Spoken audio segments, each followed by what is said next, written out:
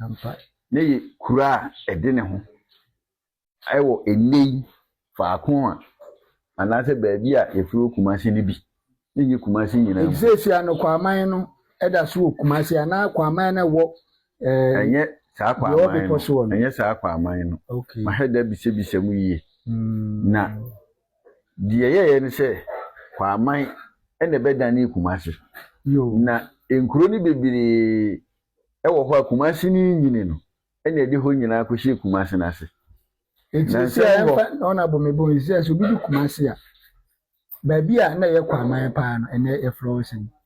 oh I say ye hwe abakosem no a baabi ti se manhia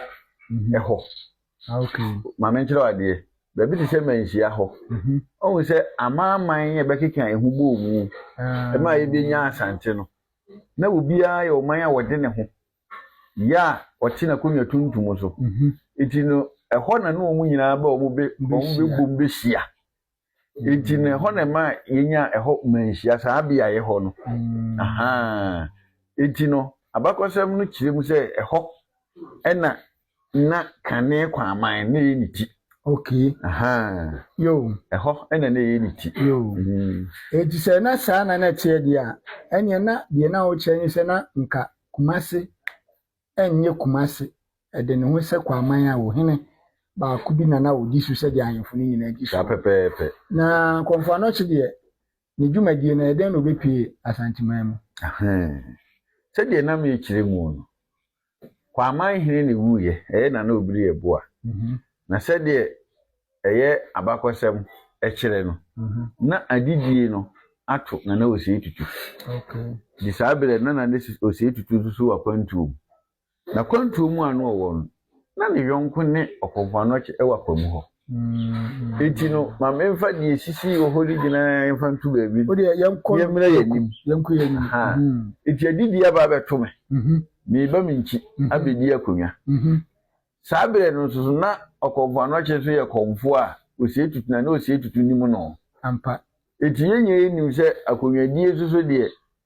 sabi o nyani ne ya kristosunwa atu atisa nananum binom esun Kristo ampa nanso so na osi tutu ba kwa aman no enna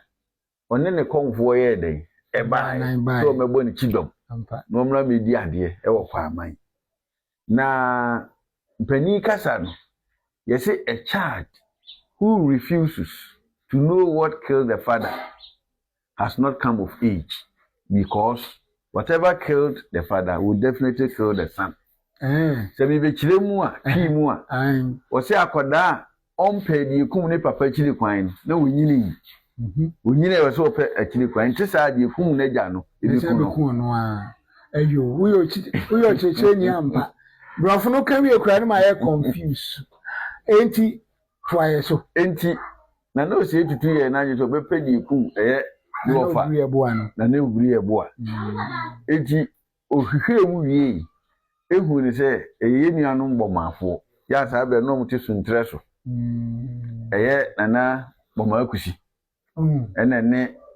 kwaman enya apere ma aprabo eka na no obiri eboa na wa anto wo hwa na ebomu no eno ene kan na chi ema ne koye ifi se wa anto wo hwa de enenzo no ema ne ye mere enokure aha edi o ye obedi ade no sai osa ewo yenuanu mbomafo so osetu odi kan sisei baba bedi onye ade na wie obiri ebo ade awie enti sabere no so na de nkyira hene na ntim jakani na wafa enhemfo a meka se na omo dedede wo mo ho ewo enei asante ha baabi wafo mu nomu ya afibie du omo koson wo de nkyira enti no omo nyina beto omo yiwo mu firi sa nko asom na se enti ebra na ose tutu akeka ne ho no na ne konfo ano chika kire de se na botre na prayo yi ba ku ebu ukabo mu mahu se hemfo wo mantamu ha na so no omo bemben omo nyina ni nye de nkyira hen ye no enti be ye de agise mokam hubom ansa na saa osa no wotimi ayi den akọ enti ne tidi tietie nyina nse na obi a de ne ho ahemfuni nyinaa obi e ba na konya eso obi na odi abetena ase di konfano chi na hihye ni nyina broni so na engineer saa no mani nyina to mu nyina kan hu bom esan okon nti osa enti na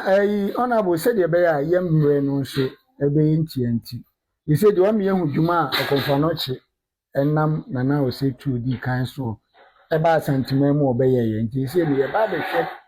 dwuma ne di akeka ye hu abum a eyo senti